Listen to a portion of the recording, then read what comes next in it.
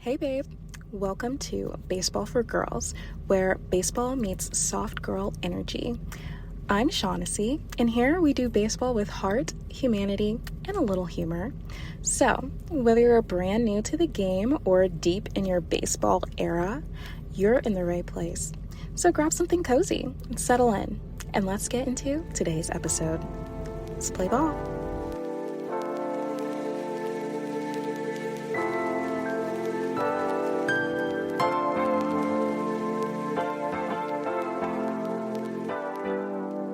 Hey babes, welcome back to another episode of Baseball for Girls. Today I'm going to give a quick recap of the All-Star game that happened on Tuesday, July 14th. It was such a good game.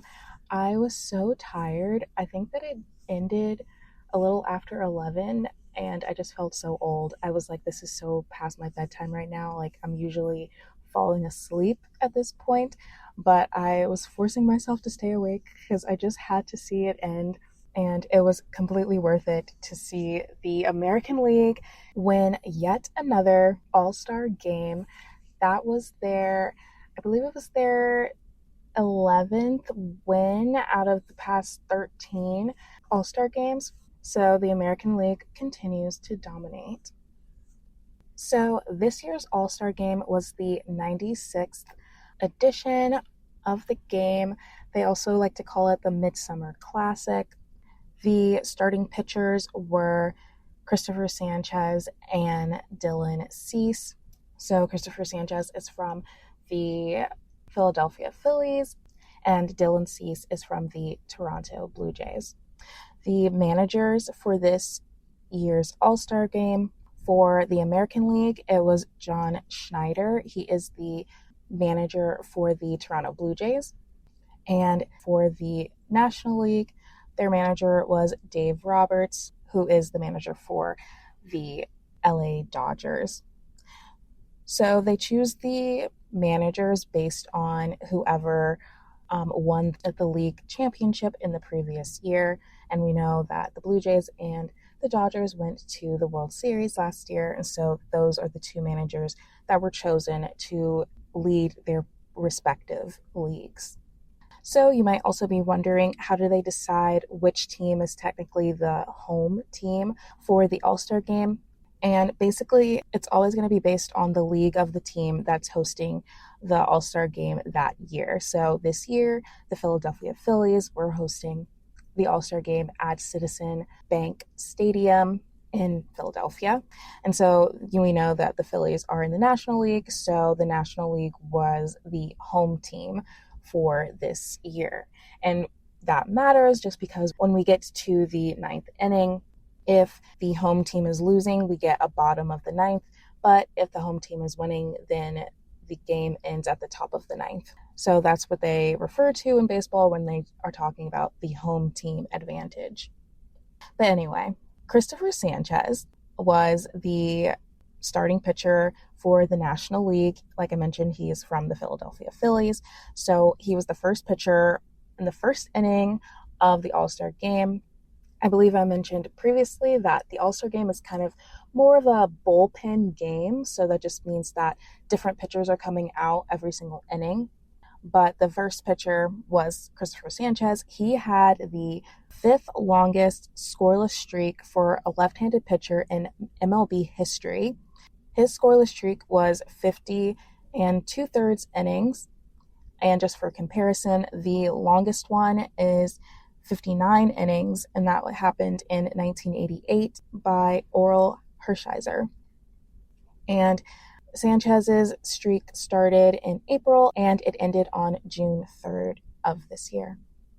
He did win his most recent game, which was versus the Tigers this past weekend, but he did lose last week when the Phillies played Kansas City.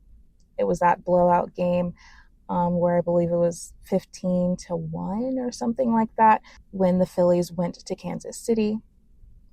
In that game, he actually gave up 9 runs in 3 1/3 innings. And just as a reminder, so when I say like 1/3 of an inning, that just means he entered into the 4th inning and he only got 1 out. So he only got 1 out of the 3 outs of that inning. So we say it's 1/3 of an inning. So he was starting to struggle a little bit.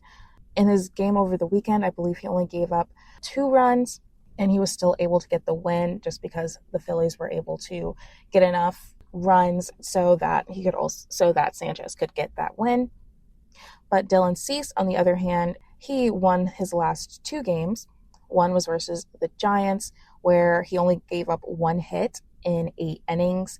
And his other game that he won was versus the Mariners, where he gave up 3 hits, but no runs in 7 innings. So in both of those games, he did not give up any runs, and he played at least 7 innings. So that's just a little bit of background for both of those pitchers. What I really liked, though, is that Dylan Cease and Shea Langeliers, so Shea Langeliers is the catcher for the Sacramento Athletics. I actually don't know where they are now, but it used to be Oakland. I know that they're not in Oakland anymore. Anyway, he is the catcher for the Athletics. They were wearing mics during the game, during Dylan Cease's inning. And at first, I was like, what are they doing? Like, do not distract my pitcher, please. I don't want him talking to you while he's supposed to be working. Like, the pitcher is the last one I want to be distracted right now. But he was really good. He didn't have any hits. He had 1 walk and 3 strikeouts in his 1 inning. And he got the win based on this inning. And honestly, I really liked that they were mic'd up. It was really interesting hearing them speak to each other. So we were really listening in on the conversation between Dylan Cease and Shea Langeliers. I've mentioned before that we know that the pitcher and the catcher are in constant communication. In the before times, they used to have this, like, the catcher would be doing like little symbols and like hand movements, like secret little movements that only the pitcher would understand, kind of thing. Now we have the pitch comm, so the pitch communicator, where the catcher can like press a button, and I guess it just like makes a noise in the pitcher's ear or something like that. I actually don't know exactly how that works, but they're not actually speaking to each other. But because they were both mic'd up for this specific thing that Fox likes to do, so the game was held on Fox. I think I said that it was on Netflix. I was wrong. It was actually on Fox. I was like freaking out trying to find it because I thought it was on Netflix. So I do apologize for that inaccuracy. I was definitely punished for it, so don't worry. Anyway, so they were able to speak to each other, and it was just so interesting, like hearing him make decisions based on like the pitch that he just threw, or being like, oh, I'm going to throw this pitch again. It was actually really interesting. So if anything, I definitely recommend watching that bottom of the first inning, where you can listen to that communication between Dylan Cease and Shea Langeliers. But okay, so you probably know, I hope this isn't really a spoiler. I mean, this whole episode is going to be a spoiler, but the American League won the All-Star game 4-0. So they completely shut out the National League. So a shutout game is when the other team just doesn't score at all. And that was the first time that's happened in 13 years, apparently. So it was definitely a big deal. And honestly, all the action happened in the very first inning, in the top of the first. So I'll walk through what kind of happened in that first inning. And like I just gave you that background on Christopher Sánchez, so he was pitching in the top of the first inning. He had been kind of struggling at the beginning of his struggle, I would say, for this second half of the season, but he still was the first pitcher in this game.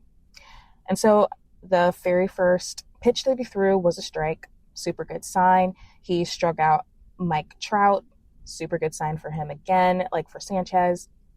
But then the designated hitter for the Astros, Yordan Alvarez, who we talk about all the time in the home run leaderboards, he hit a single. It was a 1-out single, and that was on a 1-1 count. I like to know like which count they got their hit on or like a home run on, just because I'm a pitcher's girl. So I'm like, how was that pitcher doing, you know? I believe that I was keeping score for this game, but I don't have my score book in front of me right now. But just looking at game day on the MLB app, the first pitch that Sánchez threw to Yordan Alvarez was a ball, and then the second pitch was a swinging strike, and then the third pitch he hit a single. So that single was on a 1-1 count, and so Alvarez then was on first base. The next batter was Shea Langoliers, like I mentioned, the catcher from the Athletics, and Sánchez, it actually gave him a 4-pitch walk. So that was not good. That was not a great sign to see. Shea Langoliers is not someone that you're trying to pitch around.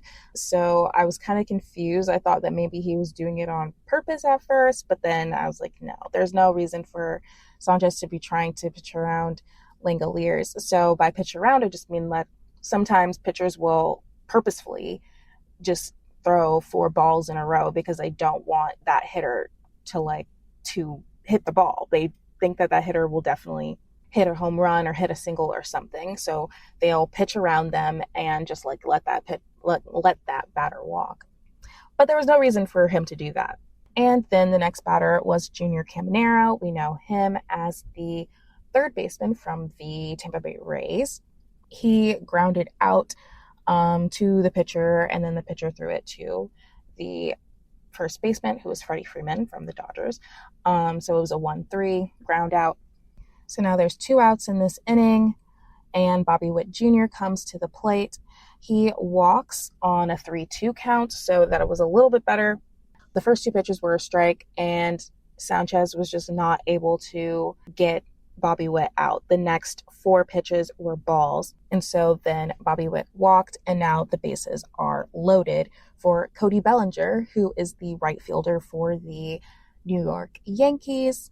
And so Bellinger comes up, and he actually hits a single on a 2-2 count, where again Sánchez threw the first pitch as a strike, second pitch a strike, but then the next 2 pitches were balls.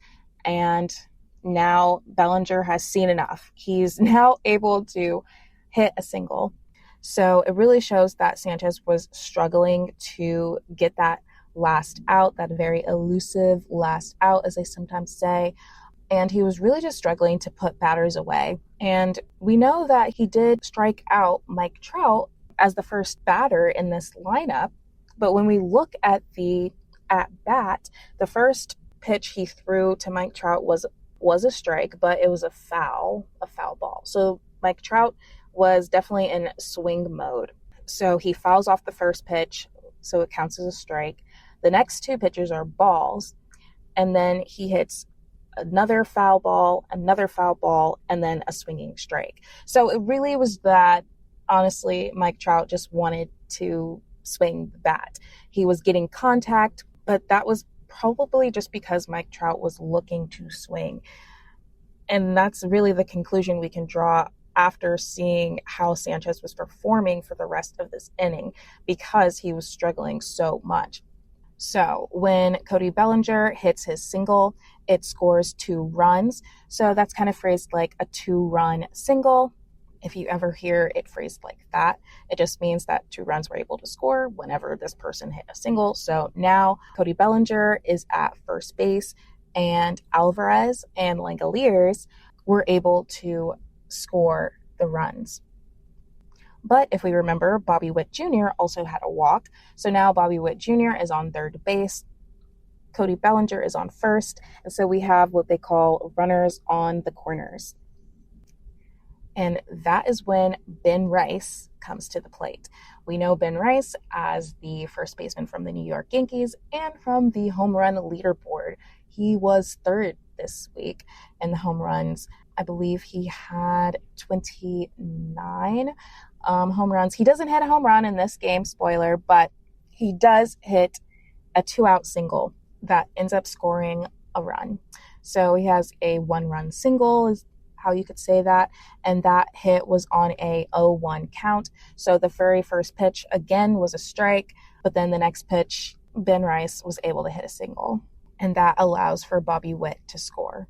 And the last batter in this inning was Riley Green. He just ends up striking out. Also strikes out swinging.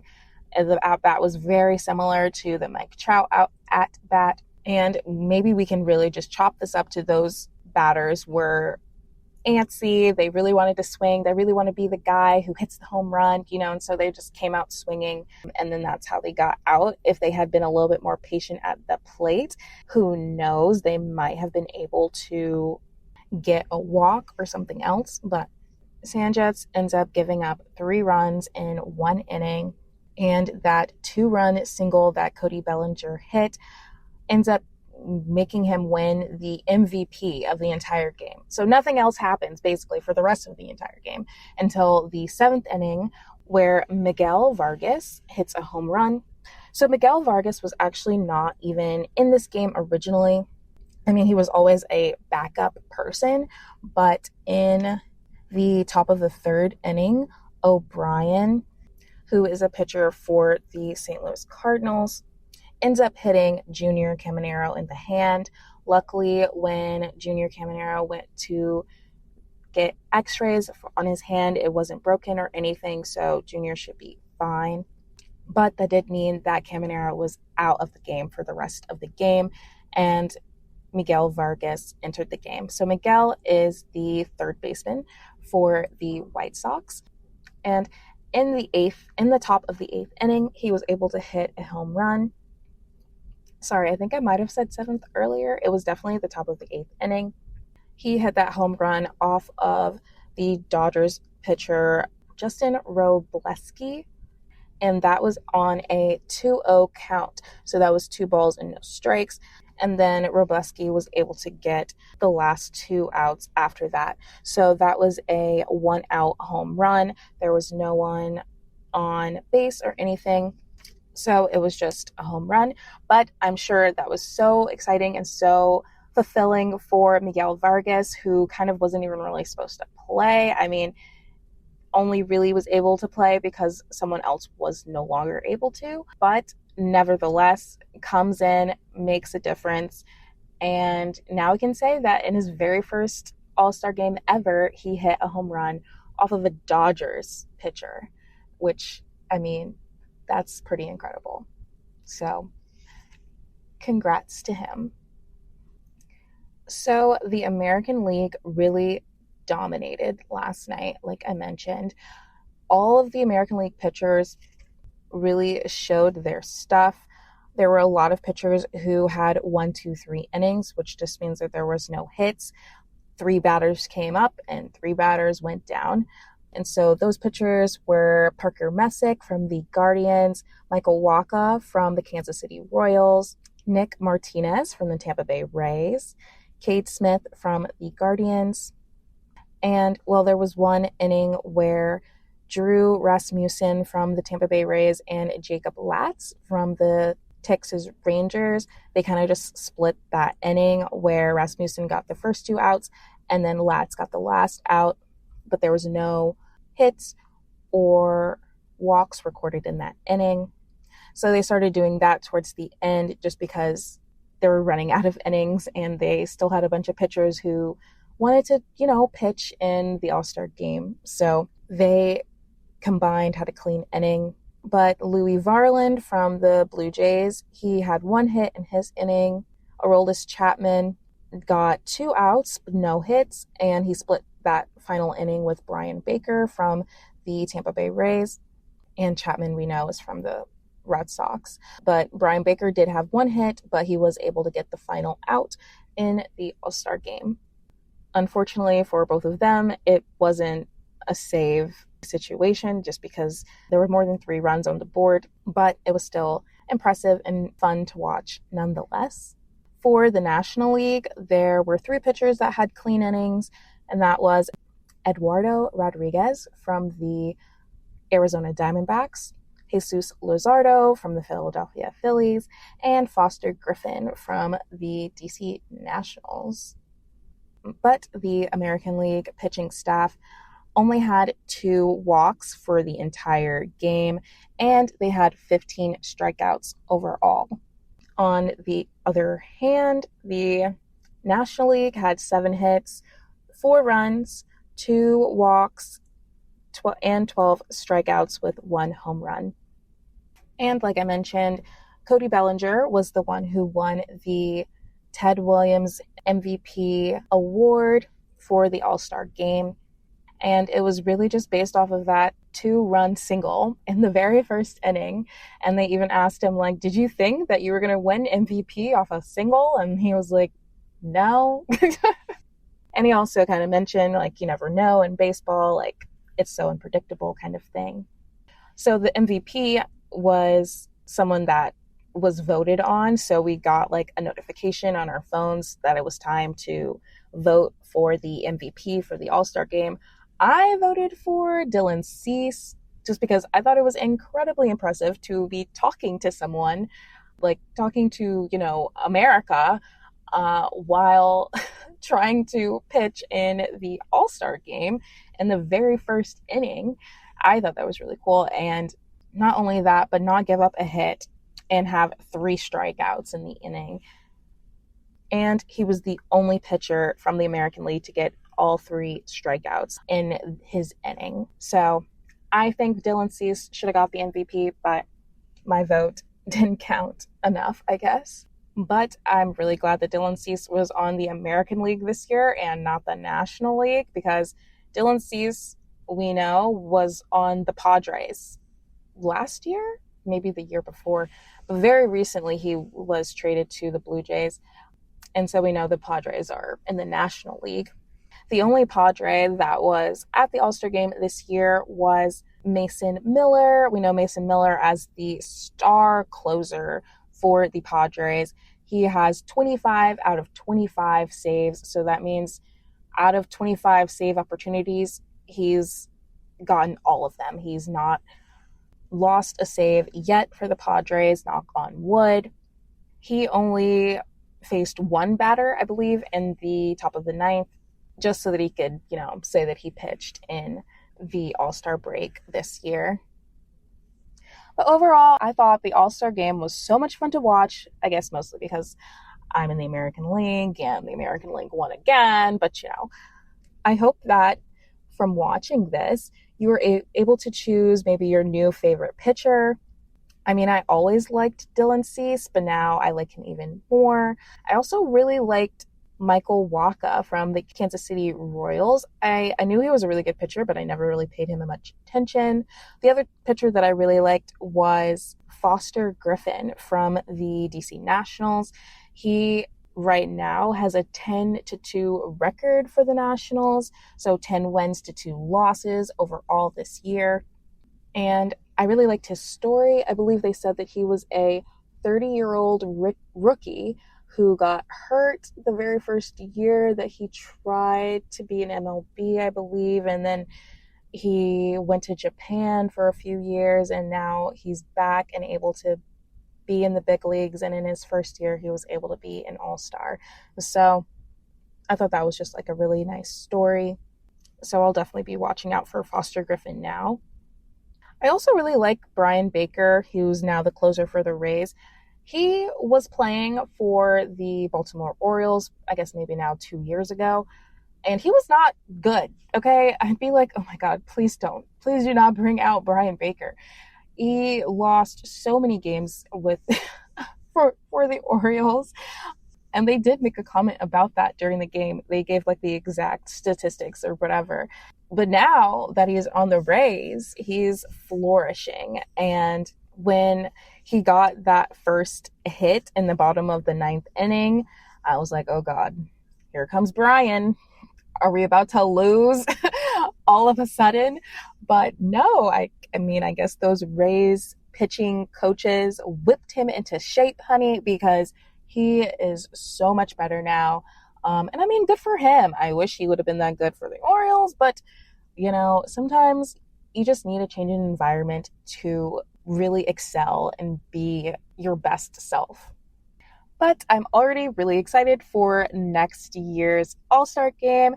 Next year, it'll be hosted by the Cubs at Wrigley Field. So it'll be another National League home team advantage because, honey, they need it if they want to try to win against the American League, okay? So next year will be at Wrigley Field, and that'll be the first time since 1990 that the All-Star Game has been played at Wrigley Field. And just for like reference, the last time the All-Star Game was at the Phillies Stadium was in 2006. So it had been 30 years since the last time the Phillies were able to host the All-Star Game. And they were able to host it for America's 250th birthday, which they really celebrated a lot throughout the game. Okay, so that's all that I have for you guys today. I hope that you were able to watch the All-Star Game, and if you weren't, you were able to get a little bit of a gist of what it was like. It was super fun to watch, especially if you love watching good pitching. The American League has really set the bar for how good pitching can get. I really think that Dylan Cease also set the tone for the rest of the entire game. I feel like starting pitchers always set the tone of the game. And when he came out and he dominated and he got 3 strikeouts, he was telling the rest of the pitchers, this is what you need to do, and this is the bar that I'm setting for this game. And boy, oh boy, did those pitchers try to reach that bar. Okay, so thanks again for tuning in, and thank you for joining me in the softest corner of sports media. I hope to see you again next week for the weekly recap that I post on Mondays.